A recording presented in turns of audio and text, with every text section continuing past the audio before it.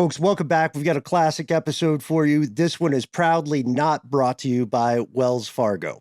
Unless it is. Unless it is, and they haven't heard this. It's the story of one of the most popular retail banks in the United States. Definitely gave a couple of us a crossroads, come to Jesus moment where we got into the story. But back in 2020, we, like so many other people, learned that Wells Fargo had an entire side business doing some highly illegal grifts. Mm-hmm. And when we did this exploration, I vowed to take my business elsewhere, and I'm still with Wells Fargo to this day out of sheer laziness. First National Bank of Atlanta, into Wachovia, into Wells Fargo. Exactly. And a lot of people ended up at Wells Fargo because, exactly like we're saying, they just got snapped up by an increasingly gigantic leviathan of finance. And I miss Wachovia because the name sounded like a sneeze. It was nice to say. Yeah. They're going to walk all over you.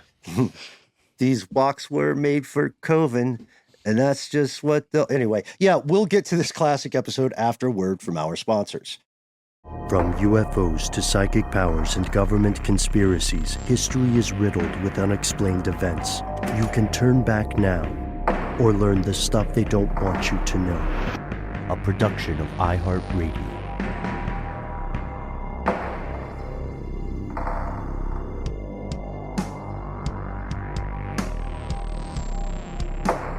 Hello, welcome back to the show. My name is Matt. My name is Noel. They call me Ben. We are joined, as always, with our super producer, Paul Mission Control Decant. Most importantly, you are here, and that makes this stuff they don't want you to know. Quick check-in. I think this is the first time any of us have spoken today, or at least Matt, you and Noel. It's the first time I've spoken with you. Paul and I go way back today. How's it going, guys? It's going really well. Having all kinds of interesting phone calls with people that I've never met until today. So this is just a day of new things. Really? Anything to write home about? Not yet. Oh, I see. Very cryptic, Matt. I like it. I'm intrigued. I, too, have had some unusual phone calls with people that I have never met and may never meet. Who knows if I'll ever even leave my house again? But I'd like to think that there is a future where I will be able to get on an airplane once again, because that's fun. It's fun to go other places. We'll see what happens. Yeah, I'm actually doing some runs later today to, if people are immunocompromised, it's a tremendously bad idea for them to leave their house, even if they're in an area like Georgia where the local leadership is attempting to open up various businesses and institutions. So I'm going to go do some no contact drop-offs. If you are immunocompromised, please, please, please still don't go outside, even if everything else is open. It's just not worth it. Yeah, a guy I know in Brooklyn who got COVID-19. It was a mild case, but he just got the go-ahead from his doctor to leave the house. And it was his birthday today, actually. So happy birthday. I'm not going to say his name because he may not want people to know that he had the thing. But happy birthday to you, my friend. And really glad to see you getting out. And he had a mask on, was keeping it super safe. But yeah, it's got to be tough, just like having that level of isolation, especially if someone lives by themselves. And speaking of crises, it's safe to say that our current financial system, like many individuals in the world today, is in a state of crisis. This is yet another crisis for the financial system, by the way. I think by the time people reach the age of, let's say, arbitrarily 18, they've already experienced several huge behemoths of financial crisis. But individuals in countries around the world right now are being told to shore up their finances, and they're being chastised for quote unquote poor financial planning, while at the same time, billion-dollar corporations are getting bailed out left, right, over and under. Some people would call this the way of the world. Some would call it a series of conspiracies, yet the world of finance and conspiracy, they're inextricably intertwined. You could even say the concept of money itself is a conspiracy. As a matter of fact, we have said that on previous episodes, and I stick to my guns on that one. Banks have been accused of multitudes of financial crimes, many conspiracies, and even at times assisting with things like government overthrows or coups d'etats. This is not to say that all banks are all bad, right? For now, they are a necessity. Billions and billions of people rely on banks in some way, and in turn, those banks rely on those billions of customers. That's the official story. If this were a mural or a portrait, that's the background. That's where that's happening. But there's more to the episode, of course. And to get you to the point of today's episode, we have to first briefly explain how banks work. It sounds super simple, but there are a few misconceptions we need to bust. And there's some things that we'll discuss that might surprise you. But don't take our word for it. Here are the facts. Yes, the bank itself, the institution, the thing that we all rely on, really is one big trust fall. A bank is really only a thing, an idea, a concept that works as long as everyone believes it does what it does, right? It's a lot like currency in general. If you don't believe that thing in your pocket, perhaps, or laying in a drawer somewhere, that weird paper-like substance that has some images on it, if you don't believe that thing is worth what it's worth, then it isn't a thing. Yeah, it's like fairies. Like if you don't believe in Tinkerbell, then she dies, you know? Kind of, yes. So let's talk about what we all believe a bank is and does. Officially, it's a, quote, institution that deals in money and its substitutes and provides other financial services. So really think about it this way.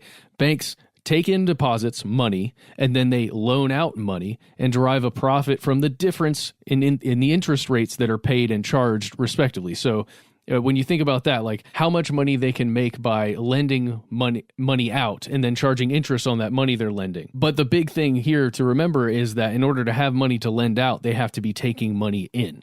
But make no mistake, I mean, the bank isn't really built for you. I mean, it's a business. It's designed to make money for the shareholders. So its primary function really isn't to be some sort of, safe haven for your money. That's almost like an afterthought. You're really just feeding the machine with your money, and then they're investing it as they see fit, essentially. That's an oversimplified view of it. But yeah, you deposit money. When you do, your money goes into this massive pool along with everybody else's money. And then your account is credited with the amount of your deposit. So you're able to draw on that account to pay bills and write checks, etc. Who still writes checks? I had to get a single check the other day because I had to pay off my car and I had to go to the bank to get one check. It's the weirdest thing. But yeah, that amount's then deducted from your account balance, and you can, theoretically earn interest on that balance, and that can actually be added back to your account. This is all kind of 101 banking basics here. Yeah, I called it day one stuff because that's the primary misconception that I want to bust here. The primary function of a bank is not you as an individual customer. And although it may sound basic, it may sound like day one stuff, it is a huge misconception that is very distressingly common. The bank's primary purpose, as far as you are concerned, is just to take money from you, whether that's money you deposit, whether that's money that you pay on a loan in principal or in interest, where banks, want to make more revenue. That's what you are. That's what you are. And we've talked about this in previous episodes. If you'd like to learn more about the nuts and bolts of this, the banking system, especially here in the U.S., do check out our earlier explorations of the Fed, the Federal Reserve, for more details. That's the gist. The amount of interest that you get on your checking account or your savings account, in the big picture, it's peanuts. It's better than nothing, but it's peanuts. Bank customers matter the absolute most when we take out loans and pay interest on those, or in a panic situation, in a worst case scenario for a bank, when every customer of a bank wants their money back in cash all at once. Because you see the banks won't have it. They just won't have it. I mean, it's essentially like, not to be too reductionist about it, but it reminds me of a Ponzi scheme. The whole thing is like a robbing from Peter to pay Paul scenario, although it's all under the guise of being legitimate. I mean, if you go back and say, I want my money, shouldn't you be able to get your money?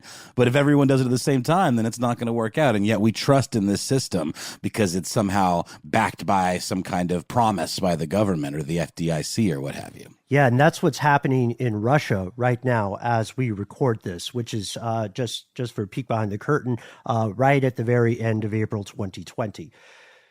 So, and this can happen again in countries around the world. It's happened in the U.S. as well. So you might be asking yourself, rightly, okay, guys, if this is all true, and we assure you it is, then why am I, as an individual checking account holder, important at all? Right? If I don't have a loan, if I don't have a mortgage, why do I matter? Well, there are two reasons. First, as we established earlier, banks are using your money, specifically your money, sometimes even if you're not working with the bank, which is weird, but true.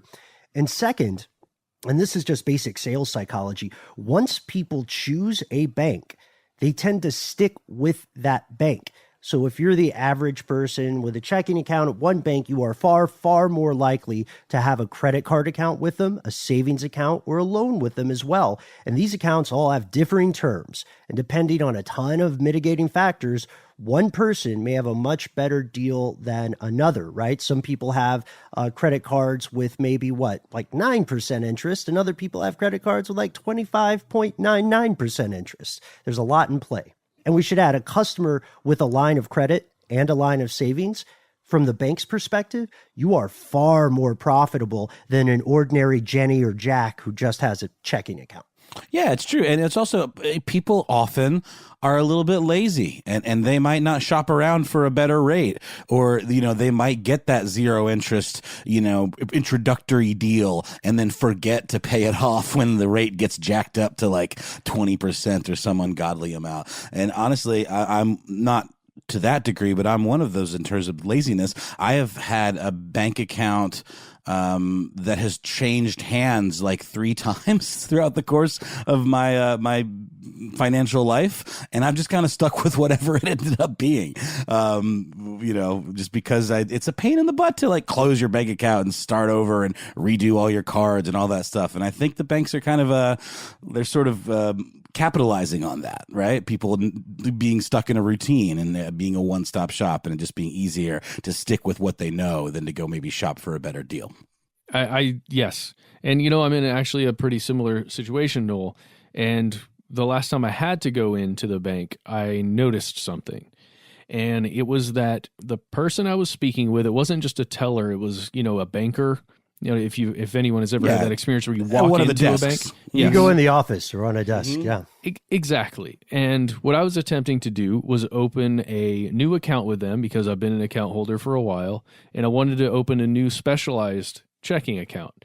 And what happened was, rather than just having that conversation, opening that account, having that one transaction, they were attempting to get me to open a credit card with them. They were attempting to get me to change over a mortgage to them and do all these other things. And get some insurance.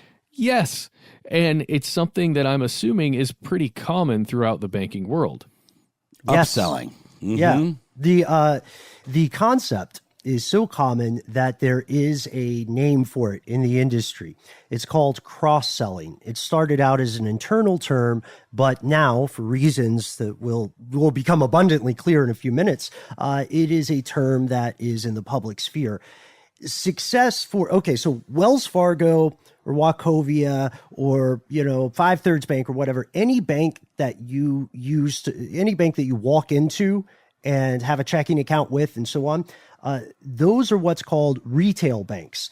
And for a long time, success at retail banks was measured by how successful the bankers or the people on the phone were at cross-selling. And that's encouraging a customer, remember our Ginny or Jack with one checking account, to open up multiple other accounts. To be fair, this also happens if you have like a credit card with Bank of America or something. They're like, hey, make a savings account with us, right? Ever thought of buying a boat, etc. This idea is an invention credited to a single man. His name is Richard Kovacic. He was a Wells Fargo CEO. He's the guy who reputedly came up with the idea of cross-selling during his time as a CEO at Northwest Corporation. And we've got a thing from an interview he had in 1998, I think with Vanity Fair maybe, where he summarizes his idea, and it sounds normal now, but when he said it, it was pretty innovative. Yeah, he really kind of changed the lingo of banking. He started referring to branch employees, or the idea of tellers. He called them salespeople, and consumers referred to them as customers rather than clients. And another one that I've heard that I have no doubt sprang from the same kind of shift was all of the various products that the bank can sell you, like these credit cards are products. All of these upsells or these cross sells you're talking about are referred to as products, which I find very strange. It's such a non-tangible thing, like insurance being a product. Well, and just from personal experience, there are so many different kinds of products that these retail banks offer customers that seem extremely similar. But there's like 7 different kinds of checking account. There's like 6 different kinds of savings accounts and all this other stuff. Mm-hmm. And it's also that you can offer exactly what the customer needs, or the customer, not the client. I don't think it's for convenience. No, it's definitely not. You guys, it reminds me of when I got my car loan a handful of years ago. And like they made me, this offer of this interest rate. And it was like higher than I thought I should be offered because I have really good credit. And then I was going to walk away. They said, ho, wait a minute now. We didn't know you. If you just told us you wanted it low, that we would have. I'm like, what? Like, right. Just offer me the rate that I am due based on my score. Like, why are you trying to nickel and dime me? It's the same thing. And this was through a small community bank, but it was all like, at the hands of these kind of sleazy car dealers. Not to malign all car dealers. I'm sure many of you are great, most of you even, but this one in particular, I felt very kind of bent over a barrel a little bit. And I got him down to where I wanted to be, but I felt kind of icky. The whole thing made me feel like I didn't want to do business with them anymore.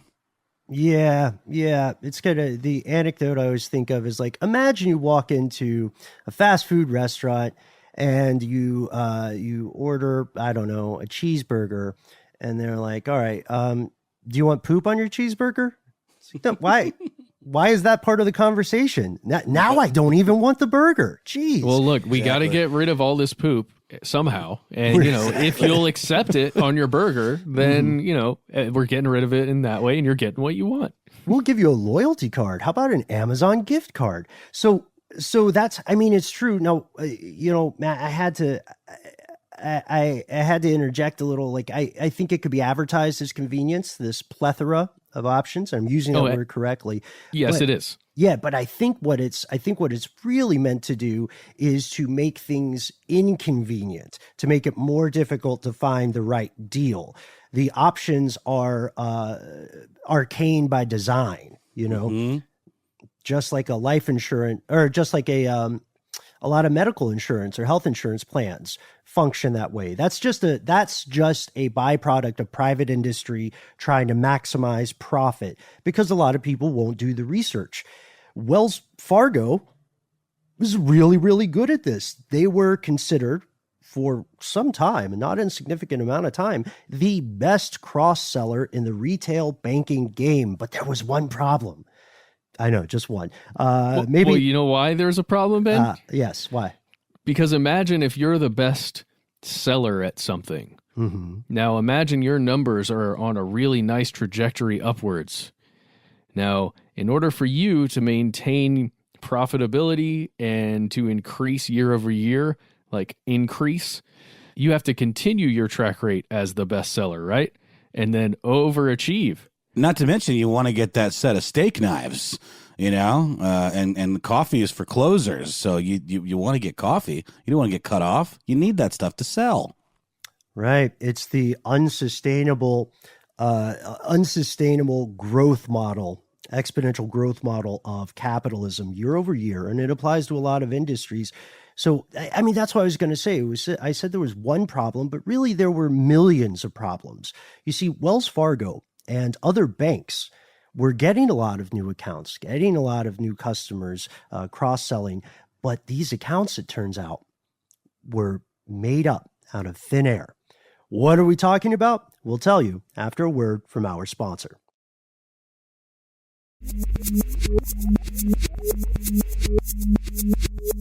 Here's where it gets crazy. So let's say you don't have enough accounts. Well, why don't you make them up? As early as 2011, so like 9 years ago easily, outfits like the Wall Street Journal started noting this enormous internal pressure that Wells Fargo was exerting on everybody from the bank manager level on down. They were supposed to measure up to these incredibly difficult sales quotas, these cross-selling quotas. These were cartoonishly implausible. Vanity Fair, in fact, noted that several of these goals were proven to be literally mathematically impossible to achieve. That's nuts. Like, even if you pitched everything to everyone, every single customer got every single offer possible, and they all said yes, you still wouldn't meet the quota at some points. That's crazy. That's crazy talk. It really is. So imagine that you are, let's say, a bank manager or one of the main salespersons at, or, bankers, or just salesperson at the bank. Imagine that you are aware that you are expected to sell X number of new accounts or open X number of new accounts, and you see, you literally physically see X minus 50 people a day, right? So you know that there's no way you're going to do that. There's no possible way. What do you do when you know your job is on the line? That number is directly related to how well you do. If you can get a raise at some point, if you can keep your job even. Well, they started doing something that they weren't supposed to, and that's just opening new accounts that would count towards their quota, but wouldn't actually be tied to somebody who wanted an account. Wait a minute. Isn't that called fraud? Ding, ding, ding. Yes, it is indeed. There's a guy named Dennis Hambeck who once upon a time was an employee at Wells Fargo. Now, this guy had extensive banking experience. It was his career. He got into banking as a young cat before all these massive consolidations, right? Before the financial whales start swallowing the other smaller financial fish. And well, whales are mammals, but you get it. You know what I'm talking about. So he said this in a quote, just to hammer home that point that you made, Matt, about how intense this pressure was. He said, every morning we had a conference call with the managers. You were supposed to tell them how you were going to make your sales goal for the day. And if you didn't, you had to call them back in the afternoon, explain why you didn't make it and how you were going to fix it. It was really tense. So you can imagine that, this is a little problematic if we're being. That sounds like a terrible place to work. It's almost as though it would drive you to do something untoward. Exactly, Noel. It's like, think about this. Like, imagine you go to, let's say your local hardware store, and you're planning to buy a leaf blower and a screwdriver. Phillips, flathead, it doesn't matter for this example, but whichever one you like most. You're supposed to get them, you pay for them, and you're going to get them delivered. Later, you learn that the store did not just sell you a leaf blower and your favorite screwdriver, they also sold you a chainsaw, a router, 2 cases of blue Powerade, maybe some outdated lamp fixtures, and they threw in a lawn gnome, and they charged you in some way for all of it. And now imagine that delivery took months or years, and you didn't find out about it until much later. This sounds silly, right? It's like an Arrested Development sitcom-esque thing, but that's pretty much what happened in this scenario. In real life, this happened to people at Wells Fargo. Yes, Ben, the routers and Powerade example feels like it's out there, but we assure you it is not that different. So let's imagine one of those individual employees knowing they have to make this quota. So let's say they're talking to you on the phone as a customer and they convince you to take out a large loan. Let's say a $10,000 loan. They convince you to do that with the caveat that they're going to immediately repay you $5,000 or like pay off $5,000 of that loan. So really, you're only taking out a $5,000 loan, but on paper and according to the bank, they're going to get credit for taking out a $10,000 loan. And it's just a way for them to sustain themselves within the banking infrastructure. And that is most certainly an unsustainable thing. Yeah. Yeah. It's, I like the point you made about Ponzi scheme, Noel. That was occurring to me as well, because it very much is an unsustainable growth situation. Things start to crack.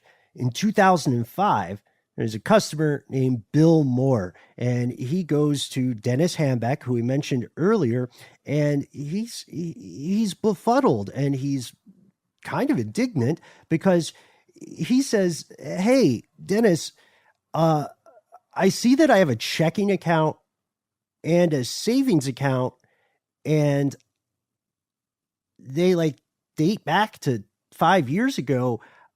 I didn't ask for them and I don't want them." And so Hambeck, being a stand-up guy, is on the case. Yeah, and it gets interesting. I mean, it really is doing some pretty serious sleuthing. He looks into it and discovers that the banker who opened those accounts, as you typically need to have with opening an account, there was a driver's license number that was entered as more WF 00000, which sounds like a really wonky, like vanity license plate, if you ask me. And to boot, the date of issuance was January 1st, 2000, which was a holiday when the Department of Licensing of Washington State would have been closed. And Hambeck is not letting this go. He kind of is getting the brush off from management. So Hambeck retires.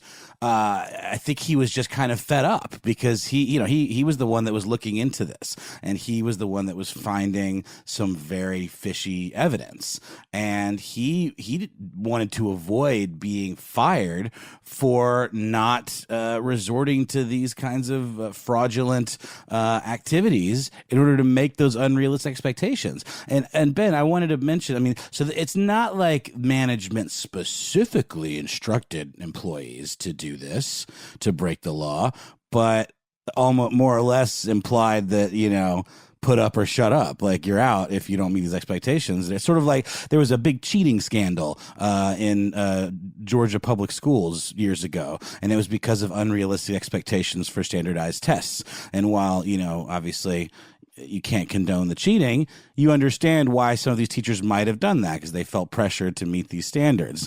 But again, it's not like their superiors instructed them to cheat. Is that similar here, Ben? Individuals were making these decisions on their own.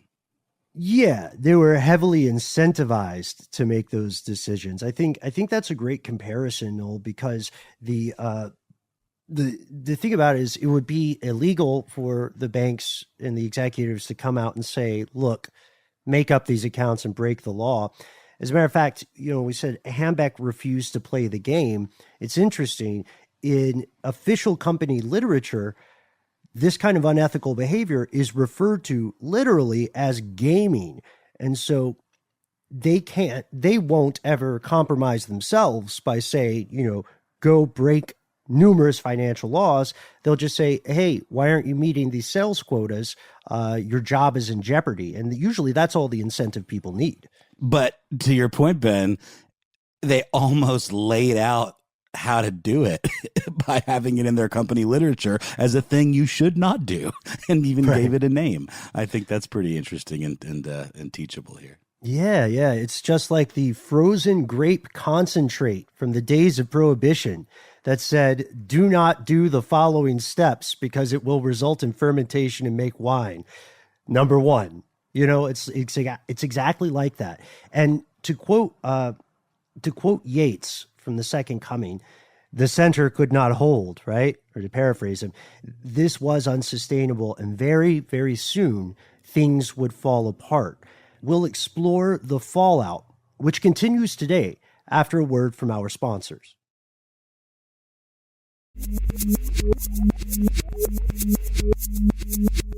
And we're back talking more about banking, because it's not as boring as it might seem, you guys. There's some pretty shady stuff going on at Wells Fargo. Their own analysis that they did between 2011 and 2015 found that its employees had opened more than 1.5 million deposit accounts and more than 565,000 credit card accounts that may or may not have actually been real. But then we can't forget, and this is always the point but when I thought back on this story, these weren't like made up identities. These were like duplicate accounts of real people. How did they think they were going to get away with this for very long? It just seems like such a desperate move, which clearly it was. It feels like one of those things that you get away with until you can't. And you sustain what you've got and how everything is going until it all falls apart. It's building that house of cards situation where at some point the bill comes due, but it's not going to be today or tomorrow probably. It's like The Boiler Room. You remember that film? Mm-hmm. Yeah. I think I just like The Boiler Room. I don't know why I'm mentioning that. But you're right. So some customers, obviously, we're going to find out about this because some of those accounts opened in their names had fees. So they would get, they would be asked to pay these fees on accounts that, as far as they knew, did not exist. Some customers even had collections agencies calling them due to these unpaid fees. Because, again, they didn't know that the accounts existed. They weren't getting notified of the fees even. The first time they would find out about one of these fraudulent accounts is when they were getting shaken down by a collections agency. So just imagine what that does to your credit as well. This has lasting financial consequence for people. Totally. And I mean, I think that, I'm just guessing here that Wells Fargo employees were banking on the fact that, a lot of these fees are little nickel and dime fees here and there that you might not even notice. I certainly don't scan through my bank ledger and try to pick out every single little fee or whatever. I mean, I definitely glance at it from time to time, but I don't go through it with like a fine tooth comb. And it's such a negligible amount. It's not like you take a big hit to your bank account and all of a sudden think something's up, right?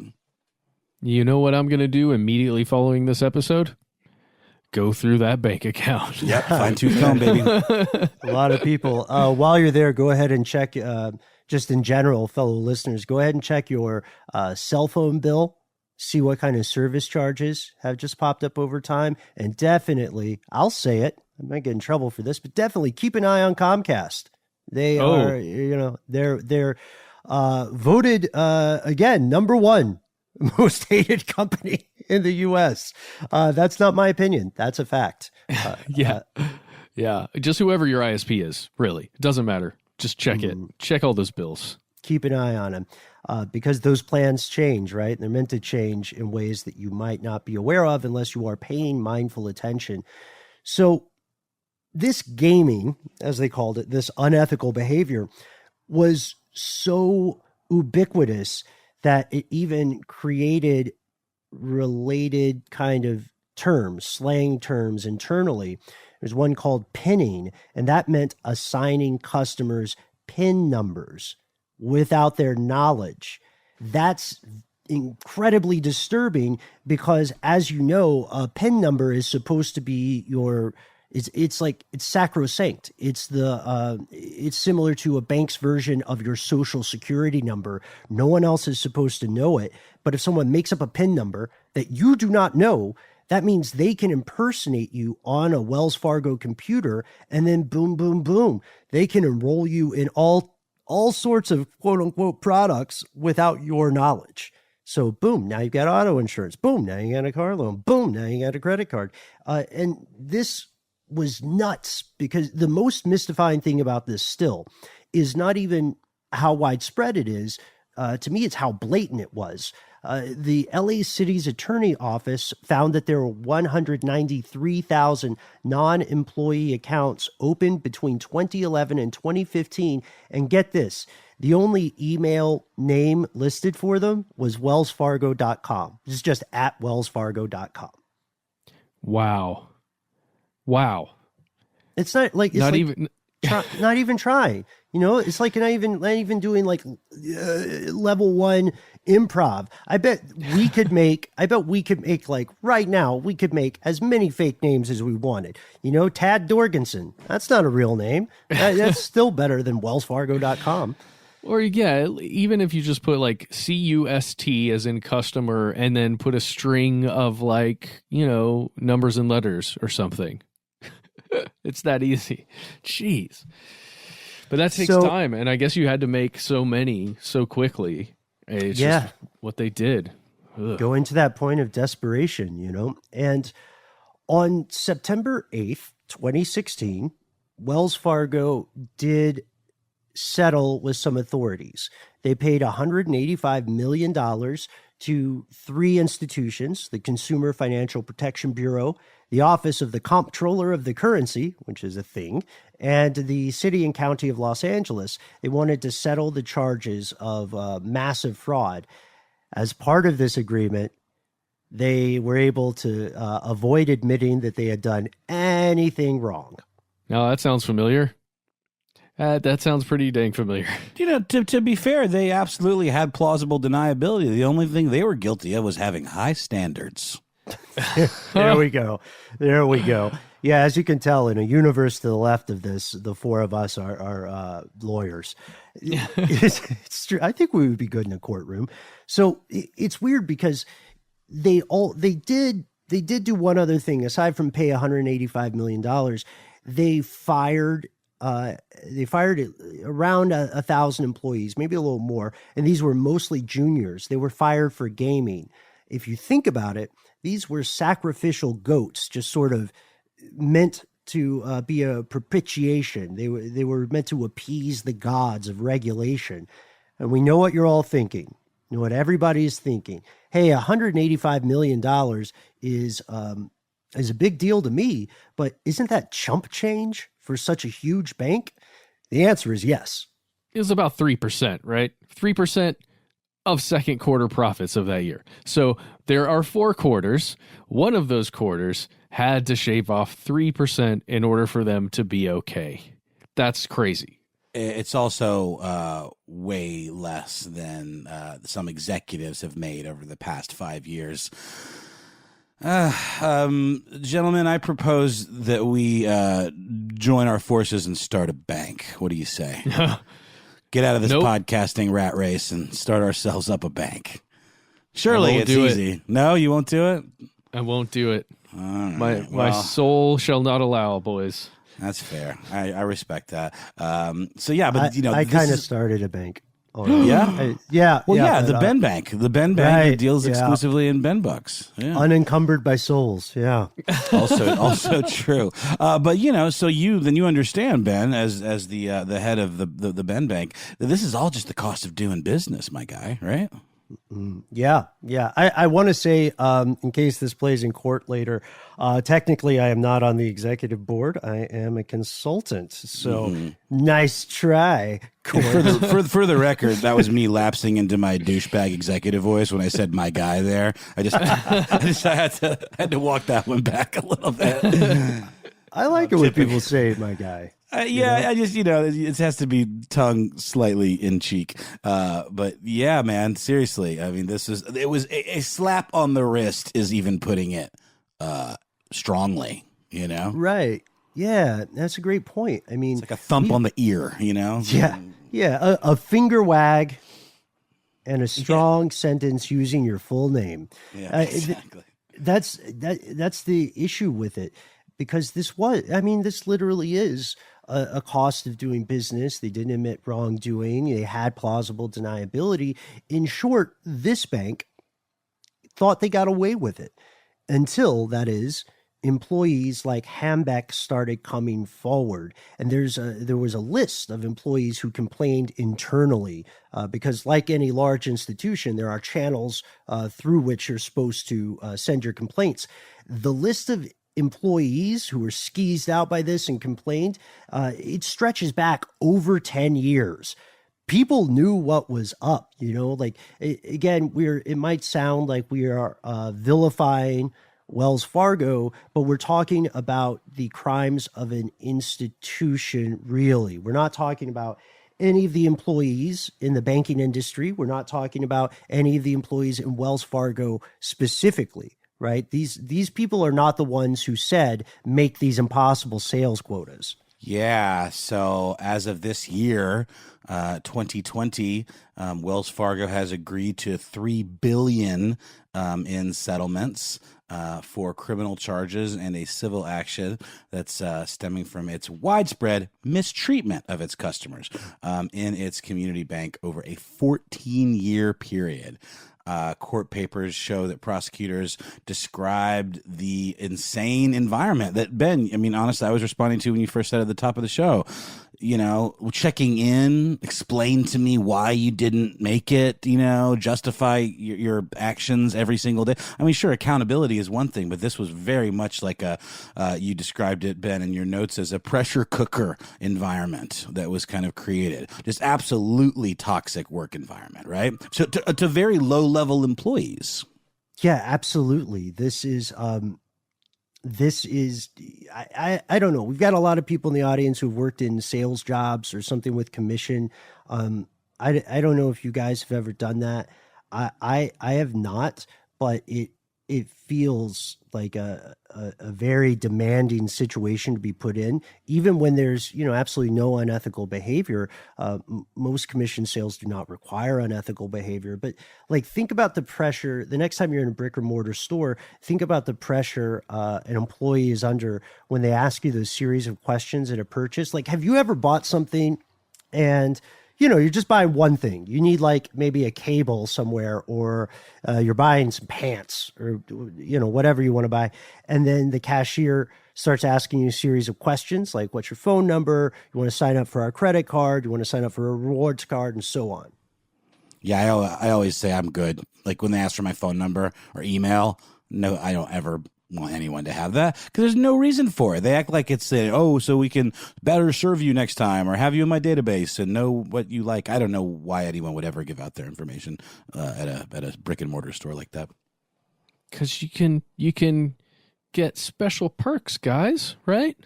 And now we're family once they have all my info. Look, just give me a card and punch a hole in it when I buy a thing, and then give me a free thing when I've punched enough holes in it. You know, I'm old school like that. I'm fine with that model. Yeah. Well, so imagine that you are, again, we keep trying to put ourselves in the position of the lower level employees at you know, in an institution like this, when you, like maybe you have experienced maybe a quarterly meeting or a meeting with your company where everybody gets together and they talk about the state of the company and what's going on, and everything, you know, is going up or down, or for this reason or for that other reason, things are going great or terribly. And imagine you're in one of those meetings and you know that your bank, your local chain of the bank, and your manager, you guys didn't meet up to the standards, but you guys did everything right and you tried as hard as you could and you made some pretty good numbers, but they're not quite what they were looking for. They're not really even close, actually. But again, you did a great job. Then over this meeting, in this call, or however it goes, some other branch, you know, let's say dozens of miles away, for some reason they exceeded this goal that was way out of reach. And on this call, your boss's boss's boss on this call says, man, you guys just killed it. You did a great job. You guys are just rocking these numbers, man. We're so proud of y'all. You're getting bonuses. You're getting this. You're getting that. Everybody on this call needs to look up to this particular group, to this bank, and do what they did. And, you know, imagine feeling that. Yeah.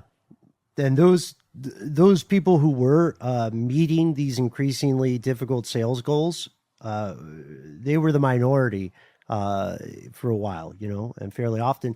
And they often had to achieve these things through unethical or illegal means. So that's where we are. You know, as you said, Noel, that's February of 2020, just a few months ago. What lessons were learned from this retail bank conspiracy? Again, not a theory, it's a conspiracy. Here's the thing.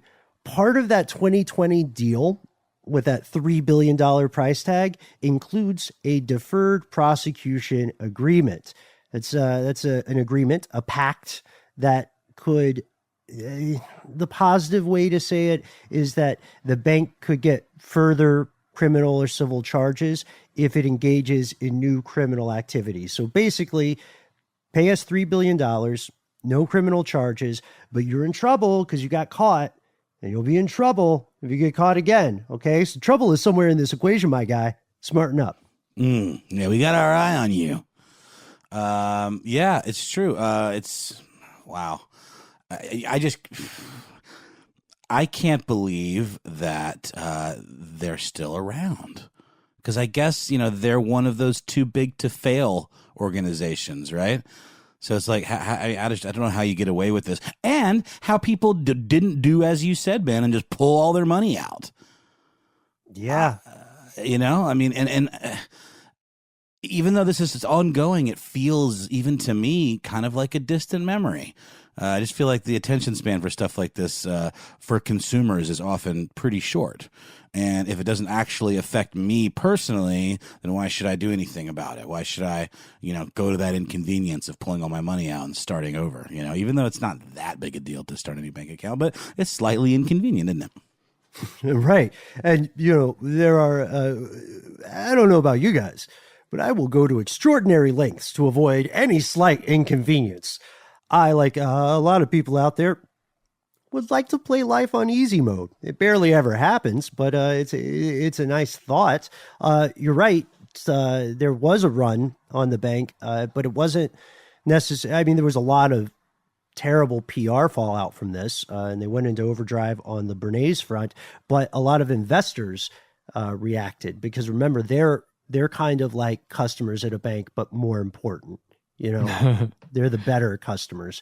So the bank also, Wells Fargo also set up a $500 million fund to compensate the investors who took a hit, or what do investors say? Who took a bath when Wells Fargo didn't tell them that the banking business they had was not as strong as all those fake accounts made it seem. But, asterisk, that $500 million is included in that $3 billion settlement total. So it's not like they paid $3 billion and then $500 million again. And this leads us to the conclusion, as it is, to your point, Noel, obviously Wells Fargo is still around. It survived the Great Recession. It assures the public, for its part, and investors that this will not happen again.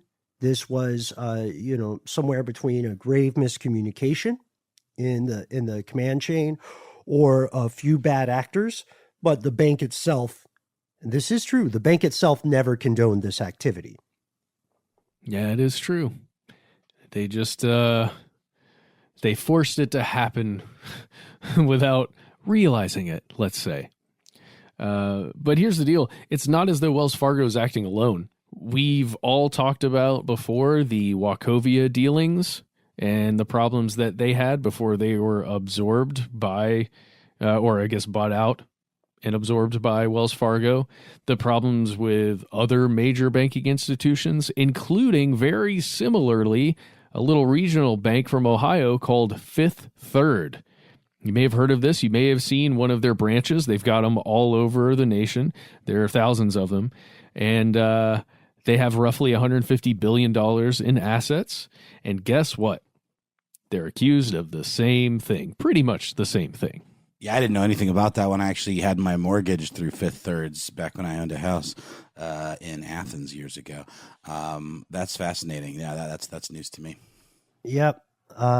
They've been accused of, as you said, Matt, the same thing. Right now, the litigation is ongoing. So we can come back to this story with an update, depending on how it all shakes out. And at this point, fellow conspiracy realists, we pass the torch to you, because there is a dilemma here. It's a big problem.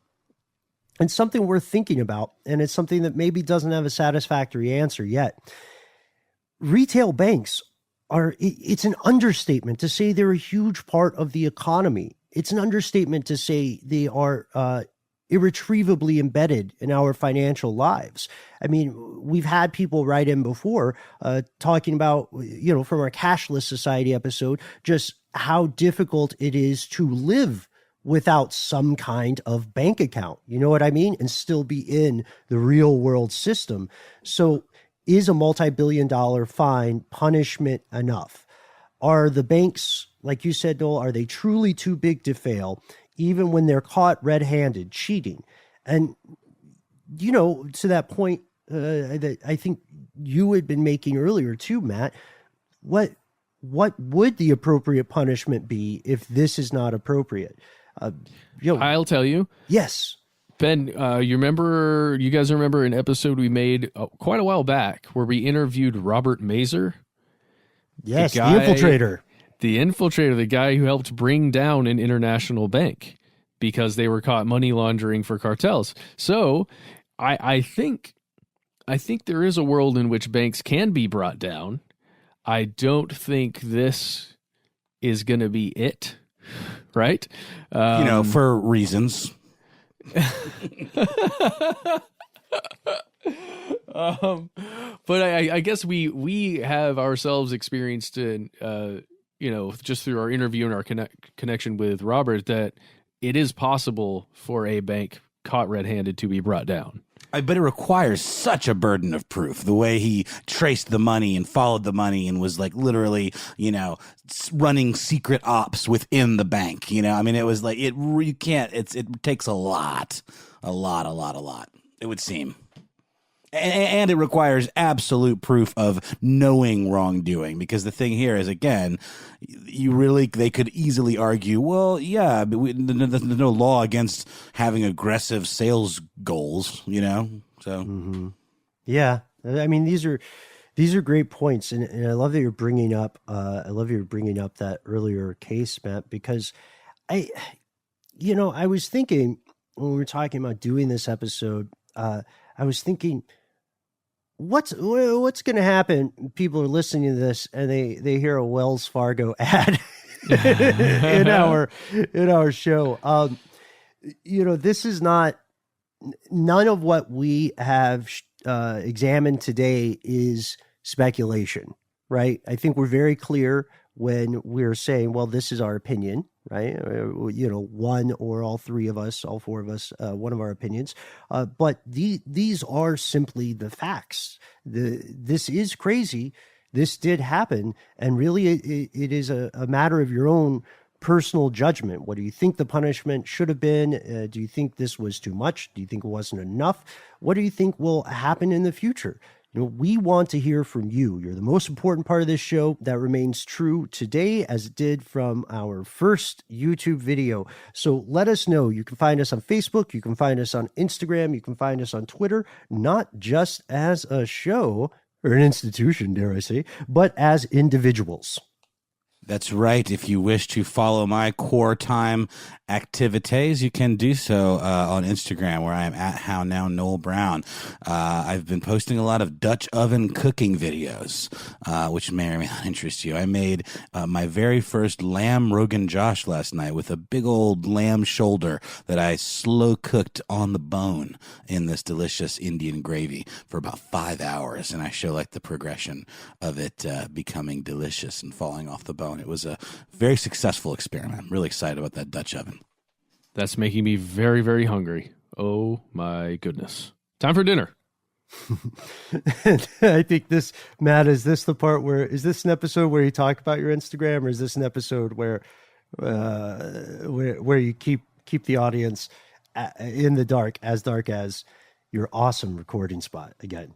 Oh yeah, you can follow me. There are some great updated pictures of my new haircut. Just search for Richard Blaze on Instagram. You'll find me. You'll see it. Do you cut your own hair? You cut your own hair, Matt, or is do you let your lovely wife do it? Perhaps your young son. I haven't touched my hair with shears or any other cutting implement since this whole thing began. So mainly just tearing it out in madness. Is that what's up? Yeah. It's all manual. Mine's starting to fall out in clumps. I don't know. I think I'm going to emerge from this with a receding hairline. I actually, I'm actually getting kind of Old Testament now with not shaving the beard or cutting my hair. But what I've been trying to do to have some regularity during the day is to put on clothes when I talk to you guys and turn on lights. So that I'm not just a voice with glowing eyes in the dark. But if you want to check out my quarantine beard on Instagram, you're more than welcome to follow me at Ben Bolin on Instagram, at Ben Bolin, HSW on Twitter, wherein I investigate any number of strange, unusual things and keep you updated on the useless skills I am honing during quarantine. I don't know if I mentioned it to you guys on air, but now I can name all 118 elements on the periodic table, and it does not matter. Let me just assure you, no one else bothered doing that. It does not affect your life in any way whatsoever. I think it enriches your life, Ben, and I say kudos to you for that. Thank you. Thank you. If there was an element called thank you, Liam, which I know there's not now. You know what I did, you guys? This is my biggest claim to fame during this time. I'm not going to say which ones, but I definitely did a whole day of recordings and Zoom calls wearing no pants. Just wait putting that out there. Wait a second. No, I'm pantsed today. Pantsed. Oh, okay, all right. Yeah. But it was I'm not going to say if it was this show or not. I do other shows, but I definitely had some pretty high-level executive producer type Zoom calls wearing no pants, and no one was the wiser. And it felt like it gave me the upper hand, honestly. You got to stay seated. You know what I mean? Unless at the very end you want to pull one of those moves. Yeah. Whoa. Yeah. Wow. I'm wearing pants. It's Wow. fine. Yeah, he is. I can verify. Yeah. But so what if someone has something to tell us? What if you are listening, you have something to share with your fellow audience members, but you hate social media? What then? You can give us a call. Our number is 1-833-STDWYTK. We've been going through a ton of messages lately. Please call us. We are waiting to hear from you. We may respond with a call in kind, or we might just, listen and then talk about it here. We've got a huge doc now running. It's great. So please continue to write to us. Give us your thoughts on this episode, any other episode, a future one, or just things you want to chat about while you're hanging out in quarantine while we do the same. Please do give us a call, 1-833-STDWYTK. And additionally, for longtime listeners, we have a show called Strange News Daily that will be moving onto this feed. So you'll be hearing something from us Monday through Friday until the lights go out, until Wells Fargo disappears as for this episode. You'll have to get in line behind Nestle. Oh, and we're really excited about that show. It's going to be kind of like this one, where you're going to get lots and lots of researched information packed into a shorter episode hosted by our very own Ben Bolin. We think you're going to love it. So let us know what you think about that show as well as you're calling in and writing to us and talking to us on Twitter. Most importantly, it's produced by Dylan Fagan, which was a big get for us. So we're, like everybody else, we're working live, we're rolling with the punches. But there's one thing that will never, ever change. That is this. If you hate phones, if you hate social media, you can always contact us about any old thing 24/7 at our good old-fashioned email address, where we are conspiracy@iHeartRadio.com.